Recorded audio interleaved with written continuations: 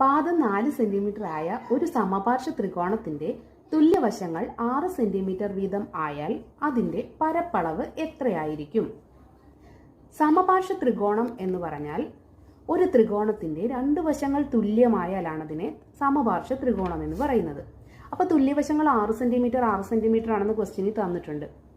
പാദം 4 ആണെന്ന് തന്നിട്ടുണ്ട്. അപ്പം നമ്മളത് 4 എന്ന് എഴുതരുത്, അതിൻ്റെ പകുതിയായ 2 2 ഇങ്ങനെ വേണം എഴുതാൻ. എന്തിനാണെന്ന് വെച്ചാൽ ഈ ഒരു സമപാർശ്വ ത്രികോണത്തിൻ്റെ പരപ്പളവ് കണ്ടുപിടിക്കാൻ അതിൻ്റെ പാദവും ലംബവും കൂടെ ഗുണിക്കണം, എന്നിട്ട് പകുതി എടുക്കണം. അതായത് ഹാഫ് BH ആണ് ചെയ്യേണ്ടത്. അപ്പോൾ ഈ ലംബവശം കണ്ടുപിടിക്കണമെങ്കിൽ ഇത് 2 ത്രികോണമായിട്ട് മുറിക്കാനേ പറ്റുള്ളൂ. അപ്പോൾ ഈ ഹൈറ്റ് ഇവിടെ വന്ന് ചേരുമ്പോൾ 4 സെന്റിമീറ്റർ എന്നുള്ളത് 2 2 എന്നായി മാറും. അങ്ങനെയാണെങ്കിൽ ഈ ഒരു ചെറിയ ത്രികോണം പരിഗണിച്ചാൽ ഇതൊരു മട്ട ത്രികോണമാണ്.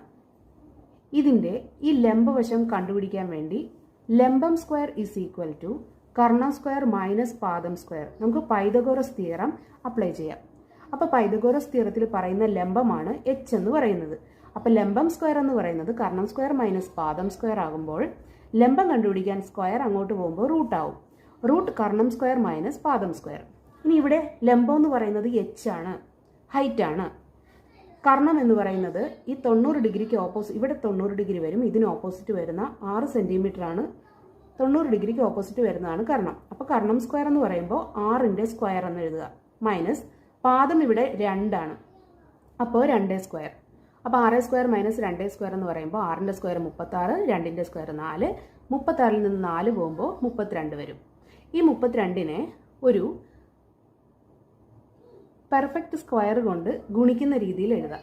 16 എന്ന് പറയുന്ന സംഖ്യ അതിനെ 2 കൊണ്ട് ഗുണിച്ചാൽ 32 കിട്ടും. എന്തിനാ? 16ന്റെ റൂട്ട് നമുക്ക് പുറത്തേക്ക് എഴുതാൻ വേണ്ടിയിട്ടാണ്. അപ്പോൾ 16ന്റെ റൂട്ട് 4 ആണ്, 2ന്റെ റൂട്ട് എടുക്കാൻ പറ്റാത്തതുകൊണ്ട് റൂട്ട് 2 എന്ന് തന്നെ വരും. അപ്പോൾ 4√2 എന്നാണ് ലംബം വരുന്നത്. ലംബം കിട്ടിക്കഴിഞ്ഞാൽ നമുക്ക് പരപ്പളവ് കണ്ടുപിടിക്കാം. ഒരു ത്രികോണത്തിന്റെ പരപ്പളവ് കാണുന്നത് ഹാഫ് BH ആണ്. B എന്ന് പറഞ്ഞ ബേസ്, അത് 4 സെന്റിമീറ്റർ ആണെന്ന് തുടക്കത്തിൽ തന്നിട്ടുണ്ട്. പാദം 4 സെന്റിമീറ്റർ ആണ് തന്നിട്ടുണ്ട്. അപ്പോൾ ഹാഫ് ഇൻറ്റു ബേസിന് നമ്മൾ 4 എന്ന് എഴുതി, ഹൈറ്റിന് നമ്മൾ എന്താ എഴുതുക? 4√2 കിട്ടിയത് എഴുതി. ഇനി ഇതെങ്ങനെ ചെയ്യും? ഈ ഹാഫിൻ്റെ ഈ 2ഉം ഈ 4ഉം കൂടെ ക്യാൻസൽ ചെയ്ത് 2 എന്ന് എഴുതാം. ഈ 2നെ 4 കൊണ്ട് ഗുണിക്കുമ്പോൾ 8 വരും, 8√2. അതാണ് ഈ ചോദ്യത്തിൻ്റെ ഉത്തരം.